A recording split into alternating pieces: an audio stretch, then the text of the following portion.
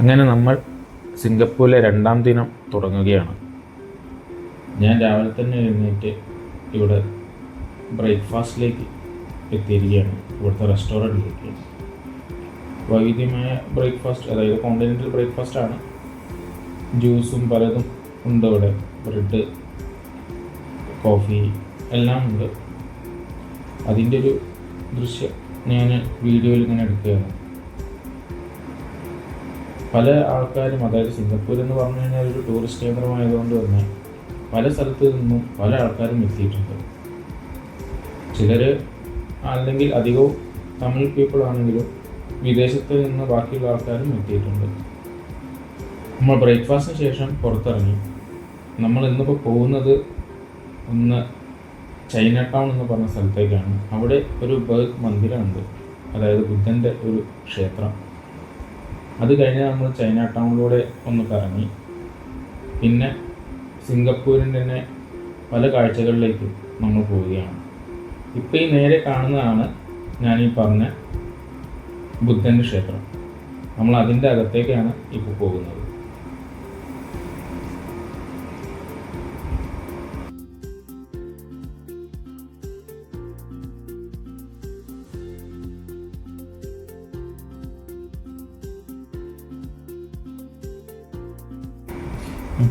അങ്ങനെ നമ്മൾ ക്ഷേത്രത്തിൻ്റെ കവാടത്തിൻ്റെ മുന്നിലാണ്. മുന്നിൽ തന്നെ ചെറിയ ചന്ദനത്തിരിയെല്ലാം കത്തിച്ച് വെച്ചിട്ടുണ്ട്. നമ്മളങ്ങനെ അകത്തേക്ക് കയറുകയാണ് ക്ഷേത്രത്തിൻ്റെ. കയറുമ്പോൾ തന്നെ ഇവിടെ കാണാം പല കൊത്തുപണികളും ചെയ്തു വെച്ചിരിക്കുന്ന ഒരു ചെറിയൊരു സ്ഥലം. പിന്നെ അത് കഴിഞ്ഞ് ഉള്ളോട്ട് കയറുമ്പോൾ പല വിഗ്രഹങ്ങളാണ് ഇവർക്കുള്ളത്. എങ്കിലും ഇവർ പ്രാർത്ഥിക്കുന്നത് കാര്യമായിട്ട് ബുദ്ധനെ തന്നെയാണ്. ഇങ്ങനത്തെ പല വിഗ്രഹങ്ങളും, പിന്നെ മുകളിലാണെങ്കിൽ ഇങ്ങനെ പല ലൈറ്റ്, അതായത് ലൈറ്റ് അല്ല, അത് അവരുടെ ഒരു വിശ്വാസത്തിൻ്റെതായിട്ടുള്ള ഒരു പ്രതീകമായിട്ട്, പക്ഷെ അത് നല്ല രസമായിട്ട് തന്നെ അവർ ഒരുക്കി വെച്ചിട്ടുണ്ട്. പല രൂപങ്ങളും നമുക്കിവിടെ കാണാം. ഇതാണ് ഞാൻ പറഞ്ഞ ആ ലൈറ്റ്. ഇത് ബുദ്ധൻ്റെ പിറന്നാൾ അങ്ങനെയൊക്കെ വരുമ്പോഴാണ് ഇവർ കാര്യമായിട്ട് ഇങ്ങനത്തെ അലങ്കാരങ്ങളെല്ലാം ഒരുക്കി വയ്ക്കുക. നമ്മളങ്ങനെ ഈ ക്ഷേത്രത്തിൻ്റെ വീണ്ടും അകത്തളങ്ങളിലേക്ക് പോവുകയാണ്. അപ്പോഴും ഈ ലൈറ്റിൻ്റെ ഈ ചാരുത വളരെ ഭംഗിയായിട്ട് അവർ ഒരുക്കി വെച്ചിട്ടുണ്ട്.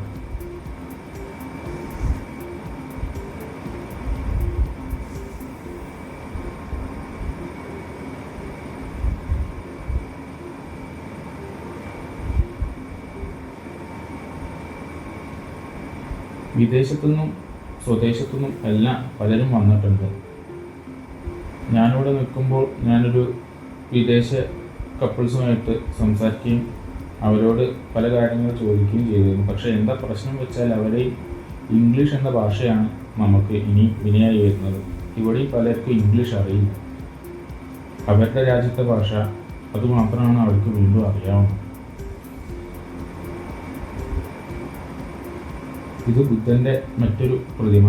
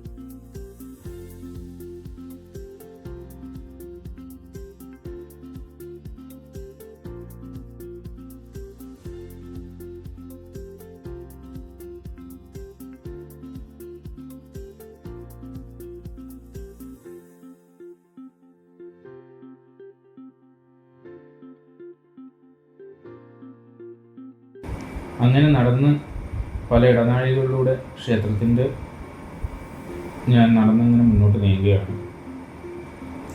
ഇവിടെ ഒരു ചെറിയൊരു മണി കാണാം. ഇത് മിക്ക ബുദ്ധക്ഷേത്രങ്ങളിലും ഉള്ളതാണ്. ആ മണിയിൽ പലരും വന്നിട്ട് അത് തട്ടുകയും ആ ശബ്ദം ഉണ്ടാക്കുകയും ഒക്കെ ചെയ്യാറുണ്ട്. അങ്ങനെ നമ്മൾ ക്ഷേത്രത്തിൻ്റെ പുറത്തേക്ക് കടക്കുകയാണ്. എല്ലായിടത്തും വളരെ വൃത്തിയോടുകൂടി മെയിൻറ്റെയിൻ ചെയ്തിരിക്കുന്നു. അത് തന്നെ നല്ലൊരു കാഴ്ചയാണ്. ഇനിയാണ് നമ്മൾ ചൈന ടൗണിലേക്ക് ഇറങ്ങുന്നത്. എല്ലാ നാടുകളിലും ഉണ്ടാകും ചൈനക്കാരുടെ ഒരു ചെറിയൊരു ചൈന ടൗൺ. അവരുടെ നാടിനെ റെപ്രസെൻ്റ് ചെയ്തുകൊണ്ട് ഒരു ചെറിയൊരു സംരംഭം. അതാണ് ഈ വഴി മുഴുനീളം നമ്മൾ കാണാൻ പോകുന്നത്. അവരുടെ പല സുവീനീർ ഷോപ്പുകളും പല റെസ്റ്റോറൻറ്റ്സും എല്ലാം. പോകുമ്പോൾ ഇതേപോലെ സൈക്കിൾ ഓടിച്ച് പോകുന്ന പലരെയും കാണാം. ഇതൊരു സൈക്കിൾ റാലി അല്ല, പക്ഷേ ഇവർ വിദേശത്ത് നിന്നും വന്നിട്ട് ഇവിടുന്ന് സൈക്കിൾ വാടക എടുത്ത് ഈ നാട് മൊത്തം ചുറ്റി സൈക്കിളിലൂടെ ഇങ്ങനെ കണ്ടുപോകുന്നു. മുന്നിൽ അവർക്കൊരു ഗൈഡും ഉണ്ടാകും, എങ്ങോട്ട് പോകണം, ഈ ദിശയിലേക്ക് തിരിയണം എന്നെല്ലാം അറിയുന്നു. വളരെ ആരോഗ്യപരമായിട്ടുള്ളൊരു നല്ലൊരു കാര്യമാണത്. ഇങ്ങനത്തെ പല കാര്യങ്ങളും നമുക്ക് ചൈന ടൗണിൽ കാണാൻ പറ്റും. ചെറിയ ചെറിയ നിർമ്മിതികളാണെങ്കിലും നല്ല രസമായിട്ട് തന്നെ അവരത് ഒരുക്കി വെച്ചിട്ടുണ്ട്. നിലത്തെല്ലാം പല ടാറ്റൂസിൻ്റെ എല്ലാം ഫോട്ടോസും മറ്റും. ഇതൊരു ചെറിയ ഇതല്ല, നടക്കുകയാണെങ്കിൽ കുറച്ച് അത്യാവശ്യം 2 കിലോമീറ്ററോളം ഉണ്ട് ഈ ചൈന ടൗൺ എന്ന് പറയുന്നത്. പക്ഷേ നമ്മളിങ്ങനെ നടന്ന് നല്ല രസമായിട്ട് ഇങ്ങനെ കണ്ടുകൊണ്ട് പോകാം. പല റെസ്റ്റോറൻറ്റ്സും പല സുവനീർ ഷോപ്പുകളും അങ്ങനെ എല്ലാമായിട്ട് നമ്മളിങ്ങനെ ശരിക്കും ആസ്വദിച്ച് ഇങ്ങനെ നടന്നു പോകാൻ പറ്റും. ചില കടകളൊന്നും തുറന്നിട്ടില്ല, ചിലപ്പോൾ അത്രയും നേരത്തെ അതിനെ കൊണ്ടായിരിക്കാം. വലിയ തിരക്കും അങ്ങനെ ഒട്ട് അനുഭവപ്പെടുന്നില്ല. ഇപ്പോൾ ഞാൻ കയറിയിരിക്കുന്നത് ഒരു ചെറിയൊരു മാളിൻ്റെ ഉള്ളിലേക്കാണ്. ചെറിയൊരു ഷോപ്പിംഗ് മാൾ. അതിൻ്റെ ഉള്ളിൽ പല രീതിയിലുള്ള, ഇപ്പോൾ നമ്മൾ പുറത്ത് കണ്ട പോലെ തന്നെ ഇതിൻ്റെ ഉള്ളിലും പല രീതിയിലുള്ള ചൈനീസ് പ്രൊഡക്ട്സ് വിൽക്കുന്നുണ്ട്.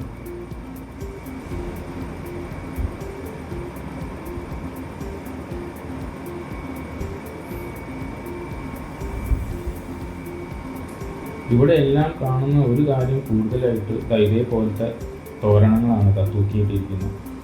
ഇത് ഇവർക്ക് വളരെ ഇമ്പോർട്ടൻ്റ് ആയ ഒരു സംഭവമാണ്.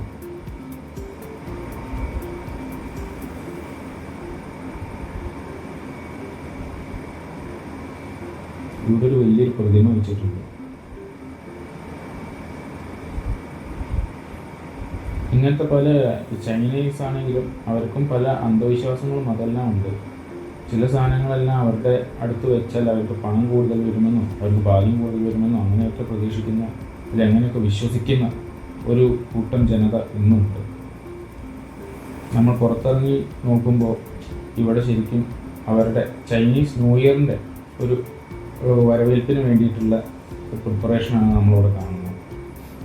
തോരണങ്ങളും മറ്റുമെല്ലാം തൂക്കിയിട്ട് ചൈനീസ് ന്യൂ ഇയറിനെ വരവേൽക്കാൻ വേണ്ടിയിട്ട് അവർ നിൽക്കുകയാണ്. ഞാൻ വീണ്ടും പുറത്തിറങ്ങി മുന്നോട്ടേക്കുള്ള യാത്ര തുടർന്നു. വീണ്ടും ഞാൻ കാണുന്ന ഓരോരോ കാഴ്ചകൾ ഇങ്ങനത്തെ ഓരോന്നാണ്. ചിലടത്ത് മാമ്പഴം, ചിലടത്ത് ചക്ക, ഇതെല്ലാം ഒരുക്കി വെച്ചിട്ടുണ്ട്. ഇത് ചൈനീസ് രൂപരേഖയുള്ളൊരു ചക്കയാണ്. നമ്മളെ ചക്കയായിട്ട് താരതമ്യം ചെയ്യരുത്. പക്ഷെ അവിടുത്തെ ഒരു രസകരമായൊരു ചക്ക, നമ്മുടെ ചക്ക പോലെ തന്നെ അത് കഴിക്കാനും പറ്റും.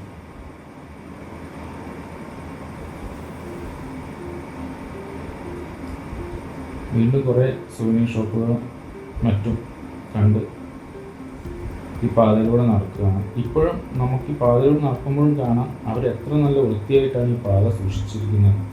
എത്രയോ ജനങ്ങൾ വരുന്നൊരു സ്ഥലമാണ്. ഇവിടെ പേപ്പറോ അല്ലെങ്കിൽ വേറെ വല്ല വസ്തുക്കളോ ഒന്നും നിലത്തോ മറ്റിടത്തോ ഒന്നും കാണുന്നില്ല. പല സ്ഥലത്തും നമ്മൾ ഒരു കാര്യം ഇവിടുന്ന് കണ്ട് പഠിക്കേണ്ട ഒരു കാര്യം എന്ന് പറഞ്ഞു കഴിഞ്ഞാൽ വളരെ വൃത്തിയായി അവരുടെ ഏരിയ സൂക്ഷിച്ചിരിക്കുന്നു. ഇല്ലെങ്കിൽ ഭീമമായ ഫൈൻ അടക്കേണ്ടി വരും. അതുതന്നെയാണ് അതിൻ്റെ ഏറ്റവും വലിയ കാരണം. ഗവൺമെൻറ്റിൻ്റെ സ്ട്രിക്റ്റായ റൂൾസ് ഇവർ ശരിക്കും ഫോളോ ചെയ്യുന്നു. ഒരു ഗവൺമെൻറ് റൂൾ ഇറക്കിയെന്ന് വെച്ചിട്ട് ആരും ഫോളോ ചെയ്യണമെന്നില്ല. പക്ഷേ അത് ജനങ്ങളും കൂടി ഫോളോ ചെയ്യുമ്പോഴാണ് ആ രാജ്യം അത്ര മനോഹരമായിട്ട് നിലനിർത്താൻ പറ്റുക. വീണ്ടും ഞാൻ കാറിൽ കയറി മുന്നോട്ട് യാത്ര ചെയ്യുമ്പോൾ കാണുന്നത് ചൈനീസ് ന്യൂ ഇയറിനെ വരവേൽക്കാനുള്ള പല തോരണങ്ങളും മറ്റും തൂക്കിയിട്ടിരിക്കുന്നതാണ്. ഇനി നമ്മുടെ യാത്ര അടുത്ത് പോകുന്നത് മെർലിയൻ എന്ന് പറയും. അതായത് ശരിക്കും സിംഗപ്പൂരിൻ്റെ ഒരു ഐക്കണായിട്ട് ഇവർ കണക്കാക്കുന്ന ഒരു സംഭവമുണ്ട്.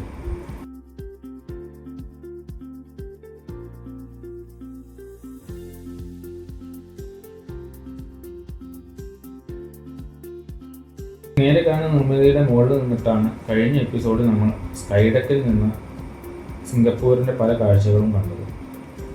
ഇന്നിപ്പോൾ നമ്മൾ പോകുന്ന മെർലിയൻ എന്ന് പറയുന്ന ആ നിർമ്മിതിക്ക് അടുത്തേക്ക് ഇതിൻ്റെ അടുത്തു കൂടെ തന്നെയാണ് പോകേണ്ടത്. ഇതൊരു നടപ്പാതയാണ്. അതിൻ്റെ തൊട്ടടുത്ത് തന്നെ നമ്മൾ ചെറിയ നദി പോലെ ഉണ്ട്, അത് ഒഴുകുന്നുണ്ട്. ഇവിടെ കുറേ റെസ്റ്റോറൻറ്റ്സും മറ്റും എല്ലാം ഉണ്ട്. ഇതാണ് ഞാൻ പറഞ്ഞ നിർമ്മിതി. ഒരു സിംഹത്തിൻ്റെ തലയും മീനിൻ്റെ ഉടലുമുള്ള ഒരു രൂപം. അതിൽ നിന്നും വെള്ളം ചീറ്റി ഇതിലേക്ക്, അതായത് ഈ നദിയിലേക്ക് അത് ഒഴുകുന്നു. പലരും ബോട്ട് യാത്രയും മറ്റുമെല്ലാം നടത്തുന്നു. വളരെ മനോഹരമായിട്ട് അവരത് ഉണ്ടാക്കി വെച്ചിരിക്കുന്നതാണ്. എത്രയോ ജനങ്ങൾ അവിടെ വന്ന് വീഡിയോ എടുക്കലും ഫോട്ടോ എടുക്കലും എല്ലാം ചെയ്യുന്നുണ്ട്. ഞാനും അവിടെ നിന്ന് കുറേ വീഡിയോസും ഫോട്ടോ എല്ലാം എടുത്തു. വീണ്ടും അത് കഴിഞ്ഞ് നമ്മൾ പുറത്തേക്ക് ഇറങ്ങുമ്പോൾ ഇതിൻ്റെ ഒരു പാർക്കിംഗ് ഏരിയ ഉണ്ട്. അതായത് പാർക്ക് ആയിട്ട് അവർ ജസ്റ്റ് ഉണ്ടാക്കി വെച്ചിരിക്കുന്ന ഒരു സ്ഥലം. അവിടെ ഇരുന്നിട്ട് ഇതിൻ്റെ തൊട്ടടുത്ത് തന്നെ ചെറിയ ചെറിയ സ്നാക്സും മറ്റും വിൽക്കുന്ന ചെറിയ കൗണ്ടേഴ്സ് ഉണ്ട്. അവിടെ നിന്ന് സാധനം വാങ്ങിച്ച് കഴിക്കാം. അവിടെ നിന്ന് ഞാൻ നേരെ തുടങ്ങി കാർ പാർക്കിംഗ് ഏരിയയിലേക്ക് എത്തി. നമ്മുടെ കാറിനായി ഞാൻ വെയിറ്റ് ചെയ്തു.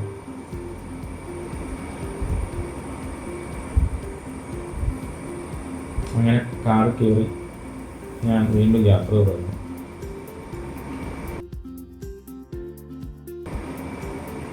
അങ്ങനെ ഇപ്പം നമ്മൾ അടുത്തെത്തുന്നത് ഇവിടുത്തെ തന്നെ നമ്മളെ മിക്ക നാടുകളിലും ഉള്ള ഒരു കാര്യം തന്നെയാണ്.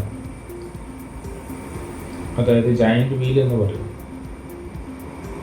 ആ നിർമ്മിതിക്കാണ് നമ്മളീ പോകുന്നത്.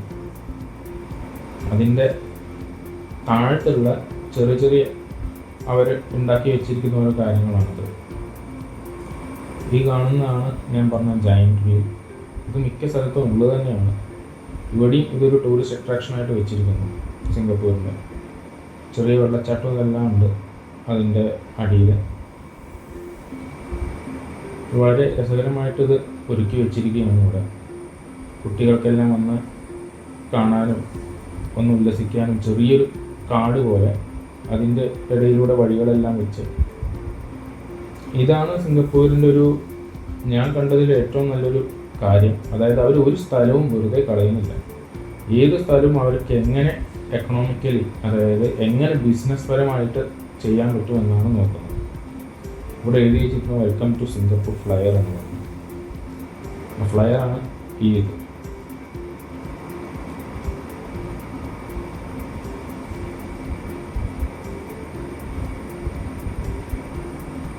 അങ്ങനെ വീണ്ടും അവിടെ നിന്നും ഞാൻ ഇതെല്ലാ കാഴ്ചകളും ഒപ്പിയെടുത്ത് കാറിൽ കയറി എൻ്റെ യാത്ര തുടർന്നു. മുന്നോട്ട് പോകുമ്പോൾ ഈ കാണുന്ന കാഴ്ചകളെല്ലാം വളരെ മനോഹരമായ കാഴ്ചകളാണ്.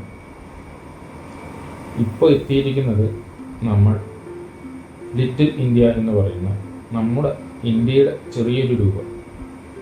ഇന്ത്യൻ റെസ്റ്റോറൻറ്റ്സും ഇന്ത്യൻ സുവനീഴ്സും എല്ലാം കിട്ടുന്ന ചെറിയൊരു സ്ഥലം. ഇവിടെയും വളരെ വൃത്തിയായിട്ട് തന്നെയാണ് അവർ ഒരുക്കി വെച്ചിരിക്കുന്നത്. അങ്ങനെ വൃത്തികേടായിട്ടോ മലിനകരമായിട്ടോ ഒന്നും അവർ ചെയ്തു വെച്ചിട്ടില്ല.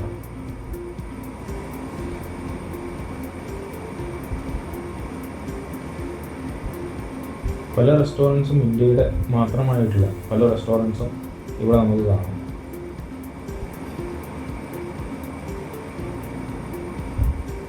അത് കഴിഞ്ഞ് അവിടെ നിന്ന് ഞാൻ കാർ കയറി വീണ്ടും യാത്ര തുടർന്നപ്പോൾ വീണ്ടും നമ്മൾ ഇനി പോകുന്നത് സെൻറ്റോസ ഐലൻഡ് എന്ന് പറഞ്ഞൊരു ഐലൻഡിലേക്കാണ്.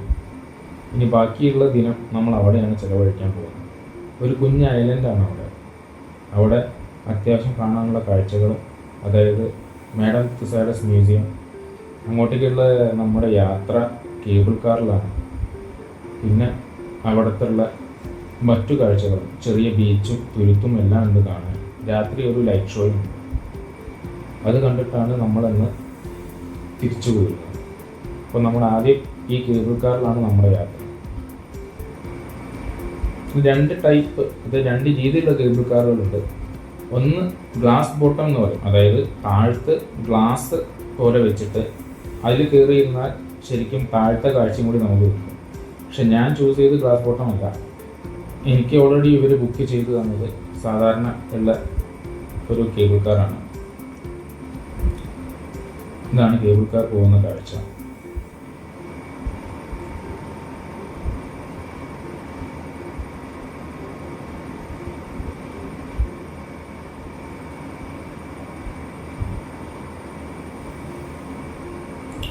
മഴ പെയ്തിട്ട് മഴത്തുള്ളികളെ ദൃശ്യങ്ങൾക്ക് അത്ര ചായത ഉണ്ടാവില്ല, ഭംഗി ഉണ്ടാവില്ല. ഞാൻ പ്രേക്ഷകരോട് ക്ഷമ ചോദിക്കുകയാണ്. കാരണം ഇതൊരു ഐലൻഡ് ആയതുകൊണ്ട് എപ്പോൾ വേണമെങ്കിലും മഴ വരാം, എപ്പോൾ വേണമെങ്കിലും വെയിലും വരാം. രണ്ടും കൂടി ഒരുമിപ്പിക്കുന്ന ഒരു സ്ഥലമാണ് സിംഗപ്പൂർ തന്നെ.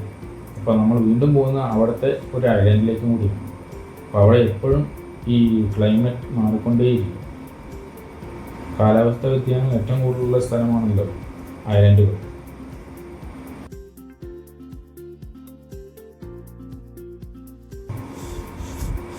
അങ്ങനെ കേബിൾ കാറിൽ നിന്ന് പുറത്തിറങ്ങി സ്കൈ സെൻറ്റോസ എന്ന് പറഞ്ഞ ഈ ഏരിയയിലേക്ക്, സ്കൈ ഹെലിക്സ് സെൻറ്റോസ, ആ ഏരിയയിലേക്കാണ് നമ്മൾ എത്തിയിരിക്കുന്നത്. ഇവിടെ നിന്നും നമ്മൾ നടന്ന് നേരെ എത്തുന്ന മാഡം തുസാഡസ് എന്ന് പറഞ്ഞ ഇതാണ് ആ ബിൽഡിംഗ്. ഭയങ്കര ഫേമസ് ആയ മാഡം തുസാഡസ് വാക്സ് മ്യൂസിയം, അതിൻ്റെ ഉള്ളിലേക്കാണ് ഇനി നമ്മൾ കാഴ്ച പോകുന്നത്. ആദ്യം ഇവിടെ നിന്ന് എത്തിയപ്പോൾ ചെറുതായിട്ടൊന്ന് പകച്ചു എങ്ങോട്ട് പോകണമെന്ന്, എങ്കിലും വഴി കണ്ടുപിടിച്ചു. നമ്മൾ ആദ്യം പോകുന്നത് മാഡം തുസാഡസിൻ്റെ ഈ ഉള്ളിലേക്കാണെന്ന് ഉറപ്പുവരുത്തി. ഇതെല്ലാം മാഡം തുസാഡസിൻ്റെ ഉള്ളിലെ കാഴ്ചകളാണ്.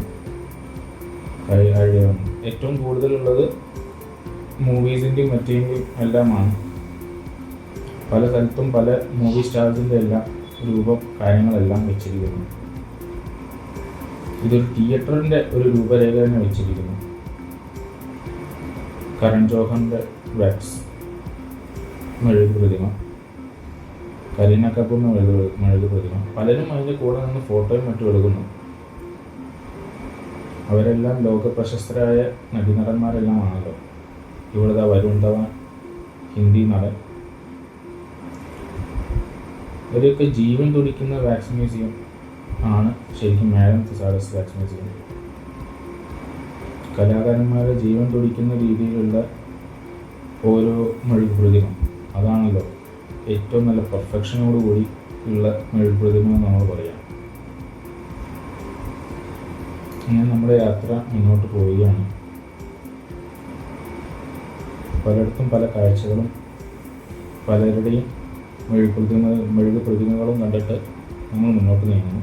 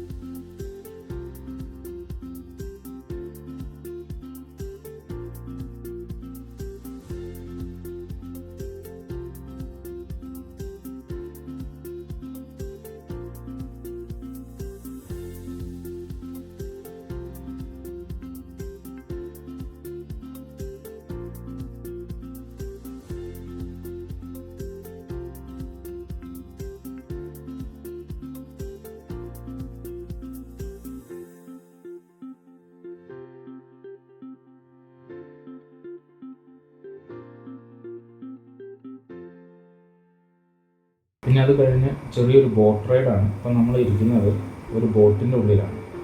അതായത് ചെറിയൊരു ബോട്ട്, അത് ആരും തുഴയുന്നൊന്നുമില്ല, അത് ഓട്ടോമാറ്റിക്കലി ചെറുതായിട്ട്, അതായത് ഇപ്പോൾ ഈ പോകുന്ന പാത ചെറിയൊരു താഴ്ചയും ഇതെല്ലാം ഉള്ളതാണ്. അപ്പോൾ ബോട്ട് പയ്യെ പലയിടത്തും ഇടിച്ചിട്ടുമെല്ലാം ഇങ്ങനെ പോകുന്നു. അങ്ങനെ പോകുമ്പോൾ കാണുന്ന കാഴ്ചകളാണ് ഇതെല്ലാം.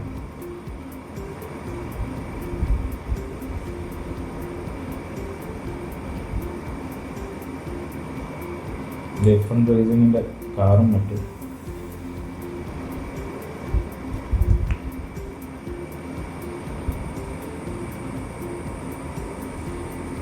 വീണ്ടും മുന്നോട്ടേക്ക് പോകുമ്പോൾ ഇവരുടെ തന്നെ പല രീതിയിലുള്ള കോസ്റ്റ്യൂംസും മറ്റും എല്ലാം ഇട്ട് നിൽക്കുന്ന വാക്സ് പ്രതിമകൾ, ഇതെല്ലാമാണ് ഇവിടുത്തെ ഒരു കാഴ്ച ഈ ചെറിയ ബോട്ട് യാത്രയിൽ.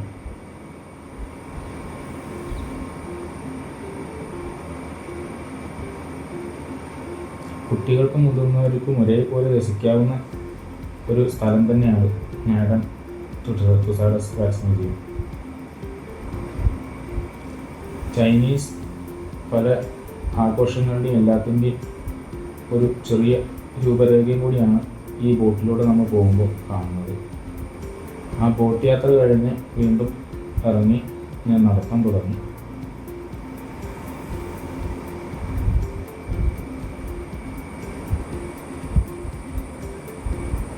ഇതൊരു ന്യൂ ഇയർ സമയം കൂടി ആയതുകൊണ്ട് ജനങ്ങളുടെ തിരക്ക് കുറച്ച് കൂടുതലാണ്. മറ്റൊരു സ്ഥലത്തെത്തുമ്പോൾ ബറാക് ഒബാമയുടെ ഒരു വാക്സ് പ്രതിമ കാണാം. അങ്ങനെ പല പൊളിറ്റിക്കൽ ആൾക്കാരുടെ വാക്സ് പ്രതിമ കാണുന്നതിൻ്റെ കൂടെ മോദി, അതേപോലെ തന്നെ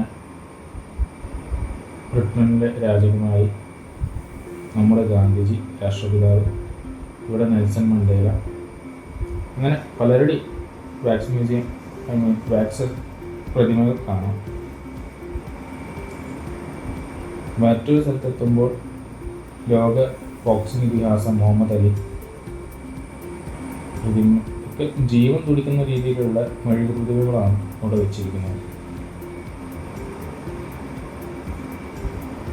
സെറീന വില്യംസ്, ലോക ക്രിക്കറ്റ് ഇതിഹാസം വിരാട് കോഹ്ലി. മറ്റൊരു സ്ഥലത്ത് ക്രിക്കറ്റിൻ്റെ ദൈവം എന്നറിയപ്പെടുന്ന സച്ചിൻ തെണ്ടുൽക്കർ. ഇവിടെ വേറെ സ്ഥലത്ത് ക്രിസ്ത്യാനോ റൊണാൾഡോ, അദ്ദേഹത്തിൻ്റെ രാജ്യത്തിൻ്റെ കോസ്റ്റ്യൂമിൽ തന്നെയാണ് ഇവിടെ മെഴുകുതിരി വെച്ചിരിക്കുന്നത്. പോർച്ചുഗൽ.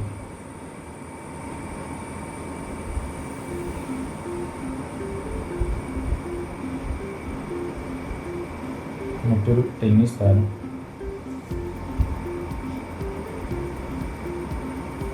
മറ്റൊരു സ്ഥലത്തെത്തുമ്പോൾ എല്ലാം ആക്ഷൻ ഹീറോസാണ്. ബ്രൂസ് ലീ, ജാക്കി ചാൻ, അങ്ങനെ ഉള്ള ആക്ഷൻ ഹീറോസിൻ്റെ മെഴുകുതിരികൾ അവിടെ വെച്ചിരിക്കുന്നു. ഇവിടെ വേറെ സ്ഥലത്തെത്തുമ്പോൾ നടിമാരുടെ മെഴുകുതിരികളാണ്. ലോക പ്രശസ്ത നടിമാരുടെ എല്ലാം മെഴുകുതിരി വെച്ചിരിക്കുന്നു. വേറെ സ്ഥലത്ത് അർണോൾഡും ബ്രൂസ് വില്ലീസും എല്ലാവരും നിൽക്കുന്നു. അർണോൾഡിൻ്റെ അടുത്തുള്ള ബൈക്കിൽ കയറിയിരുന്ന് പലരും ഫോട്ടോ എടുക്കുന്നുണ്ട്.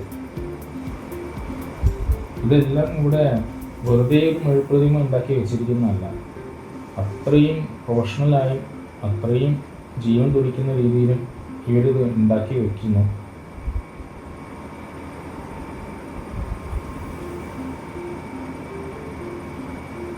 അത് കഴിഞ്ഞ് പുറത്തേക്ക് ഇറങ്ങുമ്പോൾ എല്ലായിടത്തെയും പോലെ ചെറിയൊരു സൊവനീർ ഷോപ്പ്, നമുക്ക് എന്ത് വേണമെങ്കിലും ഇവിടെ നിന്ന് വാങ്ങാം. പക്ഷെ എല്ലാത്തിനും അത്യാവശ്യം നല്ല വിലയും കാര്യങ്ങളും എല്ലാം ഉണ്ട്. അത് കഴിഞ്ഞ് ഞാൻ മാഡം തുസാഡ്സിൻ്റെ പുറത്തേക്ക് ഇറങ്ങി.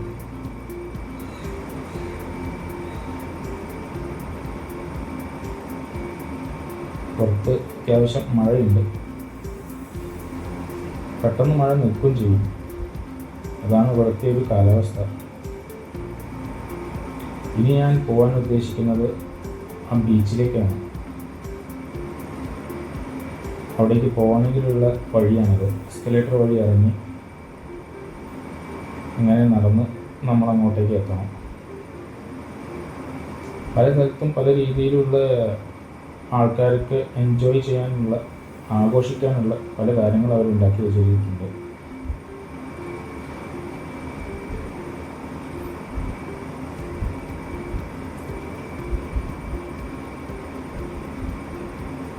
അങ്ങനെ അവിടുന്ന് നമ്മൾ പോകുമ്പോൾ ചെറിയൊരു ട്രെയിനിൽ കയറി, അതായത് മെട്രോ ട്രെയിനിൽ കയറി നമ്മളൊരു സ്റ്റേഷൻ അടുത്ത സ്റ്റേഷനിലേക്ക് എത്തണം. അവിടെ നിന്ന് ഇറങ്ങിയിട്ട് വേണം നമ്മൾ ബീച്ചിലേക്ക് നടക്കാൻ. ഞാൻ ട്രെയിനിൽ കയറി അവിടെ നിന്ന് ഇറങ്ങി പയ്യെ നടത്താൻ വീണ്ടും തുടങ്ങി.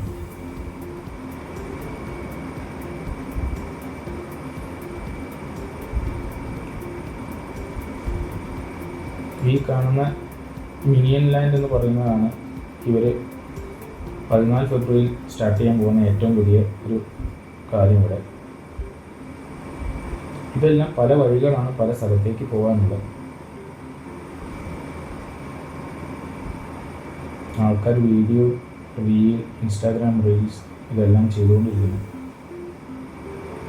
കുട്ടികൾ ഊഞ്ഞാലാടുന്നു.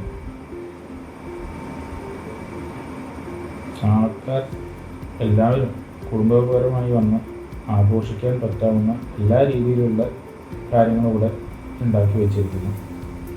അത് കഴിഞ്ഞ് നടന്ന് ഞാൻ നേരെ ഇപ്പോൾ എത്താൻ പോകുന്നത് ഇവിടുത്തെ ഒരു ബീച്ച് ഏരിയയിലാണ്. നമ്മളിപ്പോൾ എത്തിയിരിക്കുന്നത് അവിടേക്കാണ്. ദൂരെ തന്നെ പല കറ്റമരം, പല ഉരുക്കപ്പൽ, ചരക്ക് കപ്പലുകൾ മറ്റും നമുക്ക് കാണാൻ പറ്റും. ഇതാണ് ഞാൻ പറഞ്ഞ ബീച്ച്. വലിയ ഒഴുക്കില്ലാത്ത ശാന്തമായ ബീച്ചാണ്. അതുകൊണ്ട് തന്നെ പലരും ബീച്ചിലേക്ക് ഇറങ്ങി അവിടുന്ന് കളിച്ച് തിമിർത്ത് ആഘോഷിക്കുന്നു.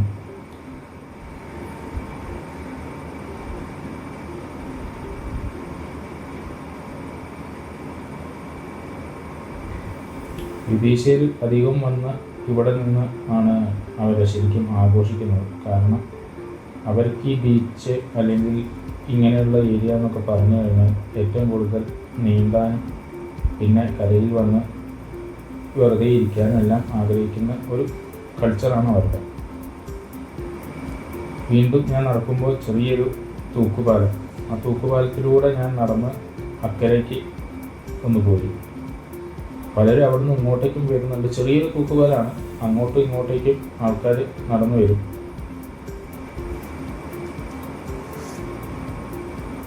നടുവിലേക്ക് എത്തുമ്പോഴെല്ലാം ഇതിൻ്റെ ആട്ടം കുറച്ച് കൂടുതലാണ്.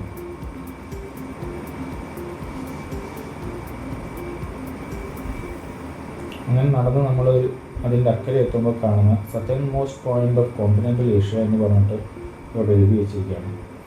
അതായത് ഏഷ്യൻ കോണ്ടിനെൻ്റിൻ്റെ ഏറ്റവും സതേൺ മോസ്റ്റ് ആയിട്ടുള്ള ഭാഗത്താണ് നിങ്ങൾ വന്ന് നിൽക്കുന്നതെന്നാണ് ഇവർ പറയുന്നത്. ഇവിടെ ചെറിയൊരു ട്രീ ഹൗസ് ഉണ്ടാക്കിയിരിക്കുന്നുണ്ട്.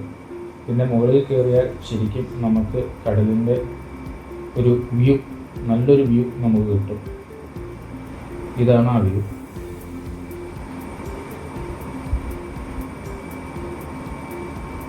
സൂര്യൻ അസ്തമിക്കാൻ പോകുന്നതിൻ്റെ ഒരു ചെറിയ സൂചന.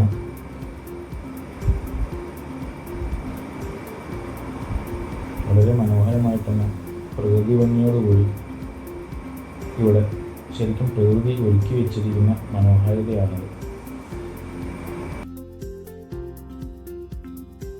പല ഉല്ലാസ കപ്പലുകളും മറ്റും നമുക്ക് ഇവിടെ നിന്ന് കാണാം. ഇവിടെ ഒരു കക്ഷി വന്നിട്ടുണ്ട്. മറ്റാരുമല്ല, മയിലാണ്. അതിന് തീറ്റ കൊടുക്കുന്ന ടൂറിസ്റ്റുകളും മറ്റും. ഇവിടെ ഇങ്ങനെ പല ചെറിയ ചെറിയ വാടകയ്ക്ക് നമുക്ക് പൂളിൽ ഇറങ്ങി കുറച്ച് നേരം ഉല്ലസിക്കാനെല്ലാം പറ്റുന്ന വേറൊരു സ്ഥലമുണ്ട്. അങ്ങനെ ഞാൻ നടന്ന് ഇപ്പോൾ എത്തിയിരിക്കുന്നത് ഒരു ലൈറ്റ് ഷോയിലേക്കാണ്. രാത്രിയിലുള്ള ഒരു ലൈറ്റ് ഷോ. അപ്പം അതിൻ്റെ ഇതിനു വേണ്ടി ആൾക്കാരെല്ലാവരും ഒരു സ്ഥലത്ത് ഇരിപ്പിട ഉറപ്പിക്കുന്നു. എല്ലായിടത്തും മഴ വീണ് വെള്ളമെല്ലാം ഇതാക്കിയിരിക്കുകയാണ്. ഇതാണ് ആ ഷോ.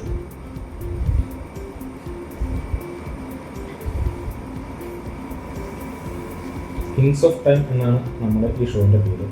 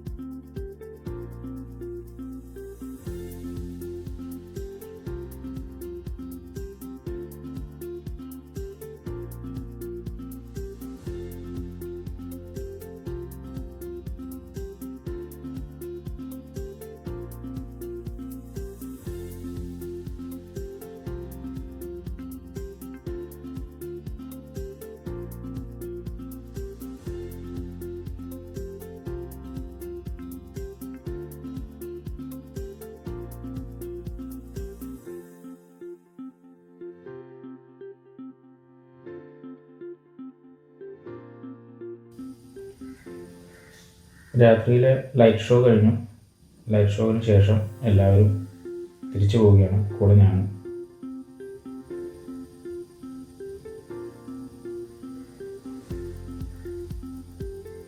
എങ്ങോട്ട് തിരിച്ചെത്തണം എന്നുള്ളതിന് എനിക്ക് ആദ്യം ഇവിടുന്ന് ഇൻസ്ട്രക്ഷൻ തന്നിരുന്നു.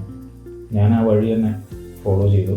ചെറിയൊരു വീഡിയോ ആണ് എൻ്റെ ഗൈഡ് അയച്ചു തന്നത്. അത് ഫോളോ ചെയ്ത് നേരെ ഞാനിങ്ങനെ കാർ പാർക്കിംഗ് ഏരിയയിലേക്കാണ് എത്താൻ പോകുന്നത്. അങ്ങനെ അവിടെ നിന്ന് എൻ്റെ കാർ വന്നു, ഞാനതിൽ കയറി. യാത്ര തിരിച്ച് ഇന്നത്തെ എല്ലാം മനോഹരമായി തീർന്നതിൻ്റെ സന്തോഷത്തിൽ എല്ലാ കാര്യങ്ങളും വളരെ നല്ല രീതിയിൽ തന്നെ എനിക്ക് ക്യാമറയിൽ എടുക്കാൻ പറ്റിയ സന്തോഷത്തിൽ തിരിച്ച് ഞാൻ ഹോട്ടലിലേക്ക് പോവുകയാണ്.